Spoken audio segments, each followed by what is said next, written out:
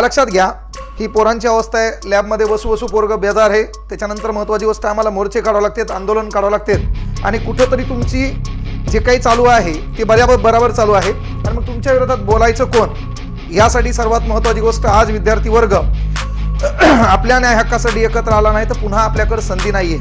एक गोष्ट आवर्जून लक्षात घ्या, या परीक्षेमध्ये ज्या पोराला चांगले मार्क पडले, ज्याला 200 पेक्षा जास्त मार्क पडले, आम्ही त्या पोराच्या विरोधात नाहीत. ज्या पोराला 200 पेक्षा अधिक मार्क पडले आम्ही त्या पोराच्या विरोधात नाही. वाटलं तर यांचा डबल पेपर घ्या. काय करा, यांचा डबल पेपर घ्या आणि डबल या पेपरमध्ये एवढे मार्क पडले तर महत्त्वाची गोष्ट आम्ही तुम्हाला सरकारला क्षमा मागून आमच्या घरच्याला विनंती करणार, यालाच मतदान कर. काय म्हणणार, यालाच मतदान कर. पण जर आता आपण एकत्र आलो नाही तर महत्त्वाची गोष्ट कुठतरी चुकायला. आता शासन काय म्हणतंय किंवा आपल्या राज्याचे सन्माननीय मंत्री महोदय म्हणतात की तुम्ही पुरावे द्या. अरे बाबा, मला सांग, परीक्षा आम्ही द्यायची, फीस आम्ही भरायची, अभ्यास आम्ही करायचा, सेंटर तुम्ही ठरवणार, आम्ही सेंटरचे नावं द्यायचे, तू देणार आम्हाला सेंटर, सांगणार परभणी निवडा आणि तू आम्हाला इकडं फेकत देणार तिकडं अमरावतीला, त्याच्यानंतर CCTV ती हाकड आणि पुरावे आम्ही कोणाला द्यायचे. तिथं कॅमेरा माझा बाप घेऊन बसलेला आहे का, माझ्या बापाकडे DVR आहे. तिथं कोण पुरावे कोण देणार, पुरावे कोणाकडे भेटणार, पुरावे देणार कोण, परीक्षा कोण घ्यायला तुम्ही, परीक्षा द्यायलो आम्ही, फीस भरायलो आम्ही, बेजार व्हायलो आम्ही, अभ्यास करायलो आम्ही आणि त्याच्यात महत्त्वाची गोष्ट पुरावे द्यायचे आम्हीच. मग तुम्ही काय करता, आमच्या बोकांडीवर बसता. आणि मग यासाठी महत्त्वाची गोष्ट आपल्याला आता एकत्र यायचे, पर्याय नाही. महत्त्वाची गोष्ट लक्षात घ्या, म्हणजे मी काय म्हणलं की आपण ज्या पोराला खऱ्या अर्थानं त्यानं अभ्यास केला त्याच्या विरोधात आम्ही नाही, पण ज्या हरामखोरांनी महत्त्वाची गोष्ट पैसे भरून गोरगरिबाच्या हक्काची नोकरी त्यानं हिसकावून घेतली असेल तर त्याच्या विरोधात मात्र आपण आहे. विद्यार्थी समन्वयक समितीला विनंती आहे, तुम्ही निवेदन फायनल करा, तुमच्या मागण्या फायनल करा. लवकरात लवकर आपल्याला भेटायचे संभाजीनगरमध्ये विभागीय आंदोलन, याच्याशिवाय पर्याय नाही. आपल्याला एकत्र यावं लागेल. हे एकाच माळीचे आहेत. ही भरती पूर्ण जर तुम्ही मॅनेज केली असेल तर आम्ही पुरावे मागायचे कोणाकडे. अरे जुन्या काळात आम्ही पेपर द्यायचो, पेपर दिल्याच्या नंतर महत्त्वाची गोष्ट तुम्ही आम्हाला ब्ल्यू कलरची काय करायची आन्सर की द्यायची आणि मग आम्ही कोणता प्रश्न कसा सोडवलाय हे पाहायला आम्हाला घरी होतं. आता काही केलं समजा, तुम्ही आम्हाला प्रश्न कोणता विचारलाय, त्याच्यानंतर आम्ही उत्तर कोणतं दिले, त्याच्यानंतर आमचा प्रश्न डाऊट आला, प्रश्न बरोबर आहे का नाही पाहायचा, त्याला तुम्ही भिकार चोटवानी 100 रुपये मागायले, कुठं 500 रुपये मागायले. मारसाल ना तुम्ही, 50-60 मध्ये अटॅक येईल ना तुम्हाला, आमचे पैसे खाचालतो. बा बेजार आहे आमचा, पाणी नाही पडलं पहिलेच, हे ना, धुऱ्यावर बसू ताण आहे, तुम्ही प्रत्येक ठिकाणचे पैसे वाढवले, त्याच्यात पुन्हा हे तुमचे भिकारचोट कुठाने. म्हणजे का बाबा, एक गोष्ट तुम्ही म्हणले पुरावे द्या.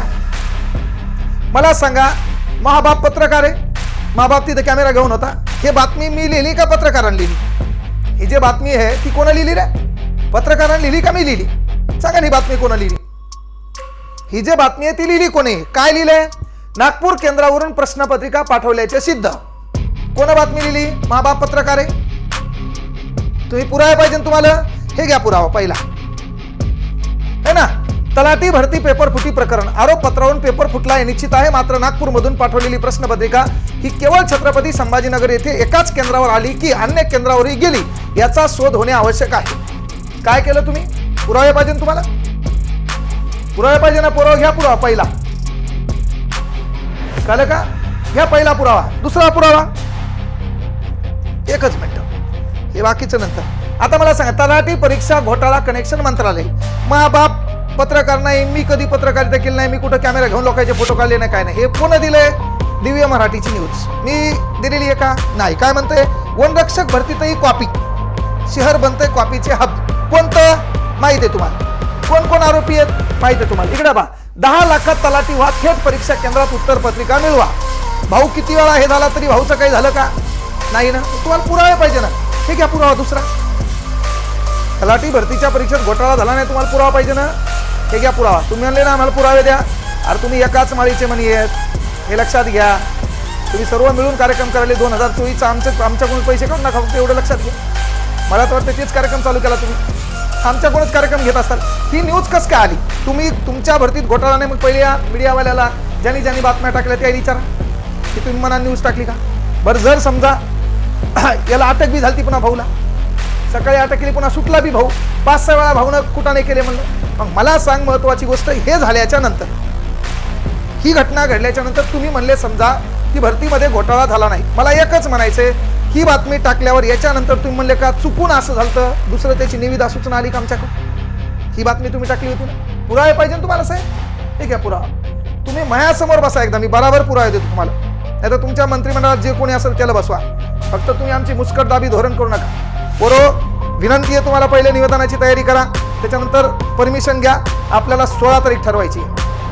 काल अनेक नेत्यांना बोललोय, सुजात भाऊल पण बोललोय, काहीतरी एकत्र यावं लागेल. जे सध्या सत्तेत नाही ते आपल्या बाजून आले तर बरे, नाही तर 2024ला यायला बी कोलून त्याला बी कोलू. आपल्याला काय की नाही, आपल्यासाठी आपला उमेदवार कोण आहे, आपल्यासाठी खासदार आमदार कोण आहे, आपला बाप आहे.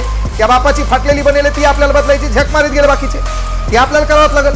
हे कुठाने हे न केले आणि आपल्याला भोगायचे. परीक्षा तू घे आहे ना, इथं फीस मी भरणार, अभ्यास मी करणार, आणि तू म्हणतो पुरावे दे. कसे द्यायचे पुरावे? कोणकोणत्या गोष्टीचे पुरावे द्यायचे? आणि सर्व यंत्रणा तुमची सर्व मॅनेज होणार आहे. तुम्ही नॉर्मलायझेशन काय नॉर्मलायझेशन आहे? कोण आहे ते पेपर घेणार? तुझ्या तोंडावर मार पाहिजे साल्या. मला सांग, एकाला इथं 64 मार्क आणि डायरेक्ट इकडे 201 मार्क. मी कोमात गेलो, मला मार्क पडवलं तेवढे. Normalization, what is mean by normalization? आमचं पोरग कोमात गेलं, त्याला आता कळलं नॉर्मलायझेशन काय मॅटर आहे. त्याला स्पेलिंग माहीत नव्हती, काहीच नव्हती. अरे जुन्या काळात आम्ही पेपर द्यायचो, पेपर दिल्यावर महत्त्वाची गोष्ट आन्सर की होती, त्या आन्सर कीमधून आपल्याला पाहायचो मी काय सोडवलंय काय नाही. आता 100 प्रश्न आहे. आमचं पोरग पुन्हा गजनी, 15 मिनिट में भूल जाना. त्याला कोणता प्रश्न आला माहीत नाही, काय चालू हे माहीत नाही. त्याचा कुटाणा तुम्ही केला का नाही? अरे आता तरी त्याला साथ द्या, बेजार करू नका. गोरगरीबाचं पोरग आहे. अरे मला सांगा ना, महत्वाची गोष्ट, पैसे घेऊनच नोकरी द्यायची असेल तर काय करा, IPL सारखा लिलाव लावा ना. 25 लाखात तलाठी ज्याच्याकडे असतील ते हातवर करेल, डायरेक्ट लिलाव लावायचा. ते शिक्षक तिथं मराठी मीडियमला तुम्ही बोलता, इंग्रजी मीडियम बळच घुसवता, त्याच्याकडे तुमचं लक्ष नाही. काल जलसंपदा विभागामध्ये एक प्रश्न करेक्शन करायचे, तुम्ही 500 रुपये घेता. पेपरमध्ये 2 मिनिटं लेट झाल्यामुळे पोरील तुम्ही आज घेत नाही, ती पोरगी ढसाढसा रडती. त्या पोरीन काही बरं वाईट केलं तर तुमच्याकडे MPSC मान्यता प्राप्त एवढी मोठी कलम 315 नुसार घटनेमध्ये MPSC मंडळ आहे, त्याच्याकडे परीक्षा द्या, तुमची लायकी नाही पेपर घ्यायची. तुम्हाला कळत नाही ना, तुम्ही MPSC आयोगाकडे द्या, MPSC परीक्षा घे, है ना. म्हणजे आतापर्यंत तिथं काही होत नाही बाबा, ते येईल तरी आम्हाला न्याय मागता येईल. बाकी तर तुमचा विषयच खलास आहे ना. आणि तुम्ही आता हे नाही केलं, 2024 बहुत दूर नाही, बाद में पस्तावून घेतो. कळलं का? यावरजून गोष्ट सांगायला पोरं बेजार आहेत, अनेक पोरं कॉल करून रडायलेत. अरे लक्षात घ्या, म्हणजे लेकरांना येड्यात काढणं बंद करा दारस. हे पुरावे द्या आणि हे द्या, तुम्ही मी मारल्यावानी करतो तू रडल्यावानी कर. हा, ते भंगार धंदे आम्हाला शिकू नका. कळलं का? ते भंगार धंदे आम्हाला शिकू नका. पोरं, ही विनंती आहे तुम्हाला. अरे काही होत नाही, हे असे बाईले धंदे तुमच्यामुळे तर वांदे व्हायलेत ना. तूच बाईल्या इथं म्हणतो काही होत नाही, तर मग केळ्यात तू तिथं आंदोलन कर, तू काहीतरी परमिशन घे. इथं काय बाईल्यावानी बोलतो, तिथं कर ना काहीतरी. काही होत नाही म्हणजे काय करतो, मरण मग चुतिया, दुसरं काय करतो? कारण काहीच होत नाही, मग जे बोलायला जे एकत्र राहिले त्याला एकत्र येऊ दे. तुला काय होत नाही तर मरण तिकडा. आज आपण एकत्र आलो, मरसाल तुम्ही. तुम्हाला 1000 वेळा म्हणलं होतं मी, वनरक्षक भरतीमध्ये घोटाळा झाला, साल्या आपण एकत्र आलो नाही, शासनाने कोल्ला आपल्याला. ते अग्निवीर एकत्र आलं नाही, कोल्ला आपल्याला.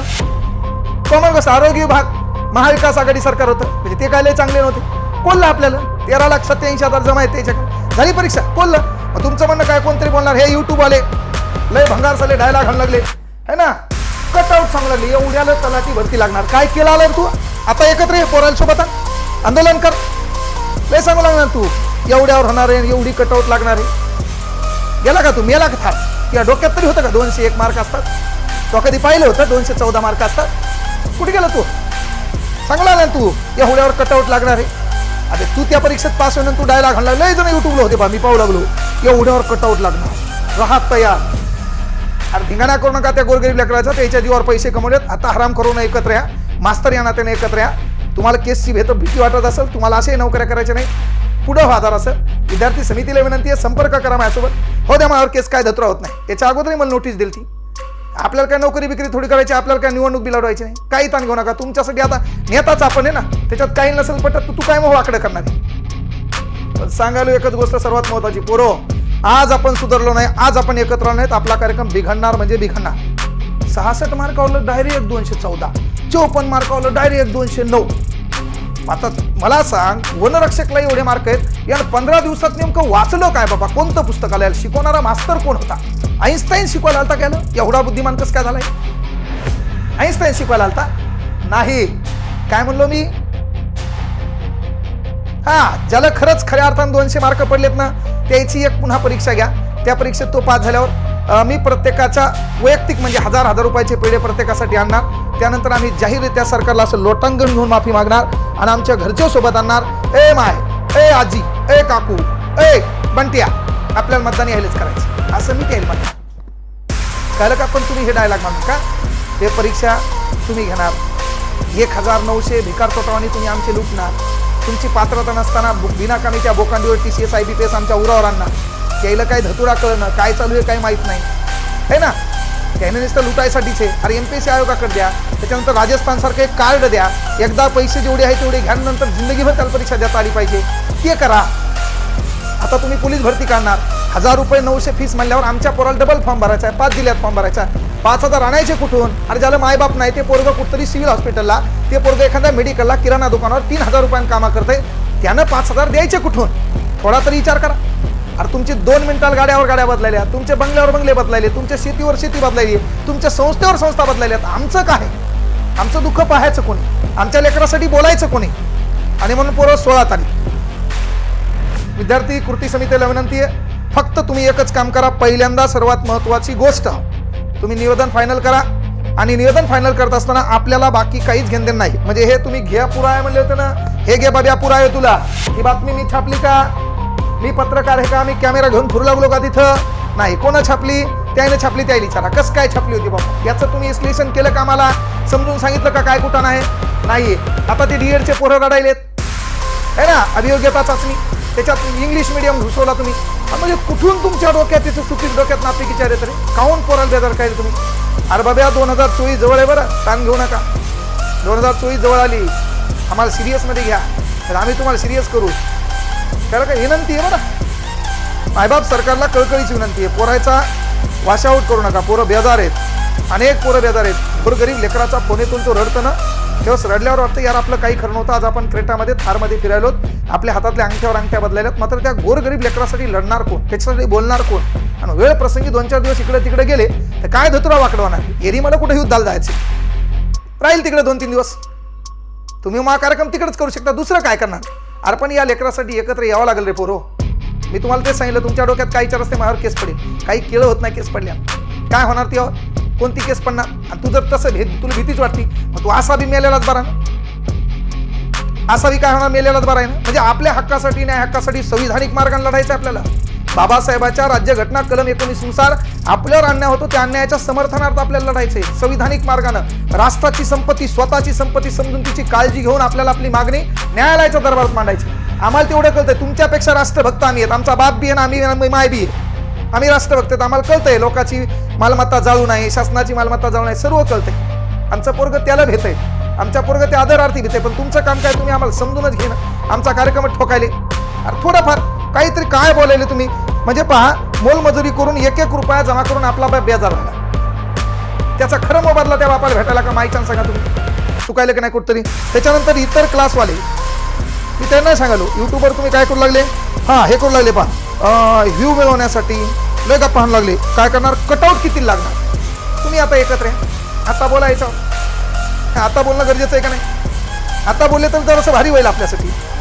म्हणजे सांगायचं तात्पर्य माझ्या मनात एकच विचार आहे, आजही सांगायलो, आई शपथ, TCS IBPS सुलीत घाला. कशात घाला? सुलीत घाला. आणि एकच नीट मरा, परीक्षा याच्याकडे द्या. कोणाकडे द्या? याच्याकडे द्या. बाकी झकमारे धंदे बंद करा. आम्हाला ताण देऊ नका, आम्ही तुम्हाला दान देत नाही. एकदा आमच्या पोराच्या ह्या गोष्टी सुरळीत झाल्या, तुमच्या प्रचाराला आम्ही सोबत तुमच्या. तुम्ही काही म्हणायला लावा, आम्ही जय म्हणायला तयारच. फक्त काय करा? हे भंगार धंदेच बंद करा, हे नकोच आम्हाला, काहीच नाही. आणि त्याच्यात काही लागलेले पोरं, लय मार्क घेतणारे पोरं तुम्ही मला आगावण्याने शिकू नका. तुम्ही निगेटिव्ह आणि बिगेटिव्ह बोलून आहे, मी पुन्हा तुमच्याच विरोधात लढा देईन. विषय आमचा हे की बाबा खरंच तुम्हाला मार्क पडले, तुमची एक नॉर्मलाइज परीक्षा होत्या इजी गोईंगमध्ये साधी, त्याच्यात जे लागणार लागणार. आमचा विरोध कोण आले की खरं जे फ्रॉड झाले असतील ते बाजूला झाले पाहिजे. हुशार लेकर आहेत, 46 लेकरांची यादी आली. मला भारी वाटलं त्या लेकरांनी पाठवलं की सर मी PSI मेन्सला पास झालाय, त्याच्यानंतर कंबाईन पास झालाय, मला एवढे मार्क आहेत, तुला सलूट आहे बाळा, तुला ते मार्क म्हणायचे. अरे पण काही महत्वाची गोष्ट 176 वरून डायरेक्ट 58 आलाय आणि 93ला डायरेक्ट 182 वर चाललाय. असं कसं? हे काय नॉर्मलायझेशन? म्हणजे हुशार पोरांमध्ये एखादं गधा आलं की सपाद आले त्याचे मार्क वाढायले. आणि गध्यात मध्ये एखादं हुशार आलं त्याचा कार्यक्रम बिघडला का नाही? म्हणून त्यामुळे महत्वाची गोष्ट आहे, आपण सर्वांना विनंती आहे पोरो, हे मला बोलावी वाटणं आता प्लस झालं, एकीकडे 80 मार्क आणि एकीकडे 200 प्लस माहीच्यानं बोला वाटतं, हे म्हणजे डोकं पिकून गेले. फक्त एकच आहे की बाबा आपल्याला काय करायचंय, इकडे पहा, ही माही मागणी आहे मेन मला याच्यासाठी. पहिले MPSC प्रमाणे पेपर व्हावे दरवर्षी. पुन्हा राज्यघटना भाग क्रमांक 4, राज्यातली बेरोजगारी कमी करणे, नोकऱ्या काढण्याचे है ना अधिकार माझ्या बापाला नाहीत, तुम्हाला तुम्ही काढणे, लेकरांची बेरोजगारी कमी करणे.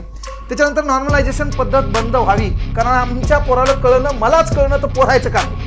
त्यानंतर अधिक पैसे फीस वसुली पद्धत बंद, सेंटरवर भिकार चोटांनो आहे ना, लाजा नसल्याने 10-20 रुपये तुम्ही जे मागायले मैजीप काळी आहे, तुमचा कार्यक्रम लवकर होणार, ते पहिले बंद करा. त्याच्यानंतर प्रमाणापेक्षा अधिक पैसे, त्याच्यानंतर 1900 ही भिकारचोट सिस्टीम बंद. परीक्षा MPSC आयोगाकडे ऑनलाईन फॅड बंद व्हावा, ऑनलाईन मध्ये घोटाळा होतोच का. मी काय प्रश्न सोडवलाय, प्रश्नाचं उत्तर काय दिलंय, हे जर मला घरी आल्यावर चेक करता येत नसेल तर मी ऑब्जेक्शन घ्यायचं कसं, हा माझा पहिला प्रश्न. मग मला ऑब्जेक्शन घेता येत नसेल तर मग चुलीत गेली ती पद्धत, तुमची पद्धत चुलीत घाला. काही पोरांची गोष्ट असं मी विनंती कराल तुम्हाला पोरो, नाही आंदोलन तर करावंच लागेल, याच्यात मला नोटीस येणार संध्याकाळी, शब्द आहे तुम्हाला संध्याकाळीच येणार, पण आंदोलन करायचंच का. आमचं आंदोलन कशासाठी आहे, पहिली गोष्ट आमचं आंदोलन, पहिले तुम्ही जे भिकाऱ्यावानी 1900 फीस घेतली याच्या विरोधात आमचं आंदोलन आहे. आमचं पेपर फुटी संदर्भात, पेपर फुटी तुम्ही नाही झाली म्हणले, प्रूफ म्हणले, पेपरवर आलेल्या बातम्या कोण लिहिल्या, तुम्ही लिहिल्या, मी लिहिल्या का पत्रकारांनी लिहिल्या, त्यांची त्यांना विचारा आमच्याकडे आल्या कुठून. हा, त्याच्यानंतर सर्वात महत्त्वाची गोष्ट म्हणजे 1000 रुपये 900 रुपये पेपर फुटी. त्याच्यानंतर सेंटरवर तुम्ही जे 4-5 भिकारी ठेवले त्यांच्या पोराकून 10 रुपये, बॅगचे गाडीचे 20 रुपये हे जे ठेवायलेत याच्यावर देखील बंधन. त्याच्यापेक्षा आमची एकमेव मागणी, आमचा लढा, आमचा मोर्चा, याच्यासाठी एक तुम्ही पेपर करेक्शन एखाद्या प्रश्नाला 100 रुपये मागता, तिकडे 500 रुपये मागता. त्यामुळं आम्हाला महाराष्ट्रात या 2 भिकारचोट कंपन्या नाही पाहिजेत. हे आमच्या सावत्र माई आहेत, आम्हाला नको या, आम्हाला ह्या 2 कंपन्या महाराष्ट्रात नाही पाहिजे, याच्यावर आपला लढा आहे. आमच्या डोक्यात एकच आहे, परीक्षा फक्त तुम्ही याच्याकडे द्या. आणि याच्या अगोदर बी लक्षात घ्या, ऑनलाईन परीक्षा पद्धती घातकच आहे, ती आपला कार्यक्रमच करायली, त्याच्यामध्ये काही व्हायले, नॉर्मलायझेशन मध्ये कोणाचाही कार्यक्रम चांगला झाला, त्यामुळे आपण त्याच्या विरोधातच आहे पोरो. तर याबद्दल सविस्तर तुम्हाला वाटलं कमेंटमध्ये सांगा, तारीख काय ठरवायची, त्या तारखेला 16 तारखेला मी आलो, विद्यार्थी समितीला बोलतो, तुम्ही फक्त त्या ठिकाणी परमिशन घ्या. बाकी मी आलो म्हणल्यावर पोरं कसे 5-10 जण आणायचे ते माझ्या हातात ताण घेऊ नको, त्याला का मी गाड्या करतो, पण ते काहीतरी आपल्याला करावं लागेल, आपली एकजूट दिसावं लागेल. आपण एकत्र आलो, एवढा मोठा माप दिसला, सरकार विचार करणार. सर्वात महत्वाची गोष्ट काय, अरे युवक एकत्र आला, कारण मी माझ्या घरी गेल्यावर माईला कळत नसते मतदान कोणाला करायचे, माझ्या बापाला कळत नसते मतदान कोणाला करायचे, माझ्या भावाला कळत नसते मतदान कोणाला करायचं. मी शहरात राहिलेला असतो, मी शिकलेला असतो, मी सांगत असतो हे असं चिन्ह दिसायले का त्याला मतदान कर, हे असं चिन्ह दिसायले का त्याला मतदान कर. आणि जर आई आपण बरोबर नाही केलं 5 वर्ष आपल्या बोकांडीवर बसणार आहेत आणि मला पुन्हा नोकरी लागणार नाही. कोण सांगणार आहे, मी सांगणार आहे. मग आपण एवढे जण एकत्र दिसल्यावर आपल्या घरातले 10-10 जण मतदान विचार कर, कळलं का, त्याचा सरकार विचार करणार आहे. आतापर्यंत आपण रस्त्यावर दिसत नाहीत, आपल्याला कोणता मीडिया हायलाईट करत नाही, आणि जोपर्यंत आपला मॉब मीडिया हायलाईट करत नाहीत तोपर्यंत आपल्या मागणीला कोणीही थारा देणार नाही. विनंती आहे, जरासं पॉझिटिव्ह व्हावं लागेल, आपण आपल्या न्याय हक्कासाठी एकत्र यावं लागेल. आणि संविधानिकरित्या काय म्हणलं मी, संविधानिकरित्या सरकारची परमिशन घेऊन आपल्याला तो मोर्चा करायचा आहे, एकत्र यायचंय. मागणी जरी तलाठी भरतीच नाही, येणाऱ्या ज्या काही परीक्षा असतील ऑनलाईन पद्धतीनं ज्याच्यामध्ये घोटाळे होण्याची शक्यता आहे, आणि सर्वात महत्त्वाची गोष्ट ही फीसवाढ मॅटर, त्याच्यानंतर सेंटरवर घेतलेली पैशाची लूटमार, त्यानंतर महत्त्वाची गोष्ट हे नॉर्मलायझेशन, त्यानंतर ऑनलाईन परीक्षा पद्धतीवर आमचा तीव्र निषेध, याच्यासाठी आपल्याला एकत्र यायचे. बाकी काही समस्या असतील त्या ठिकाणी टाका, त्याच्यावरही मला बोलावंच लागेल. जलसंपदा विभागात तेच केलं तुम्ही, तेच बोला की आपल्याला एकत्र यायचे. पॉईंट 1 ठरवूया, आपला मॉब दिसला तिथं मागण्या होतील, आपण निवेदन देऊया.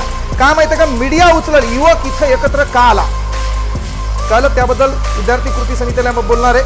बाळासाहेब शिंदे सरांसोबत माझं बोलणं झालं, ते म्हणले सर खर्च लागला तर मी हे पण ताण घेऊ नका, गोरगरीब विद्यार्थ्यावर अन्याय झाला ना पाहिजे, कळलं का. सुजात भाऊला बोललो, ते पण तिथे येतील का? एक गोष्ट लक्षात घ्या, आपल्यावर अन्याय होत असताना अन्याय ज्याला माहिती आहे प्रोसेस काय आहे तसा माणूस आपल्या सोबत लागेल, नाहीतर लगेच या सुपीक डोक्यात नापीक विचारी सर राजकारणात गेले का, तर या तोंडावर मारील मी. ज्या दिवशी एखाद्या पक्षाची घोषणा केली, एखाद्या पक्षाचा प्रवक्ता झालो, जिथं भाषण करालो, खालून एखादी फेकून आणायची, तुला अधिकार येतो. ते भिकारचोट धंदे मला करायचेच नाही. ते काय मला आपल्याला लढा पोरांसाठी आहे. इथून पुढे जेव्हा अन्याय होईल त्या पोरासाठी मी एकत्र येणार आहे, कुठेही सांगतो. त्याला का आता हे भाषणा बिसनावर जसं बेजार होतो, आता कालच हा टॉपिक होता मग. त्यामुळे मी तुमच्या सोबत आहे, ताण घ्यायचा नाही. आणि एक सर्वात महत्त्वाची भंगीरावणी रडत बिडत असायचं ना, मला काही फोन करून रडू लागली, रडाई बिडायचं नाही का. ध्या एखाद्या व्यवस्थेला आपल्याला ताणाला ती व्यवस्था मिटवायची अशी, रडायचं नसते. संविधानात काय आहे, अंतिम सत्ता जनतेच्या हातात आहे. हे लयच बोकांडीवर बसले ताण द्यायले, सत्ता पलट होईल काहीतरी होईल ना, कळलं का. त्यामुळे एकच गोष्ट लक्षात घ्या, बी पॉझिटिव्ह राहा. मी सदैव सोबत आहे, मोठा भाऊ म्हणून सांगालो, ताण घ्यायचा नाही.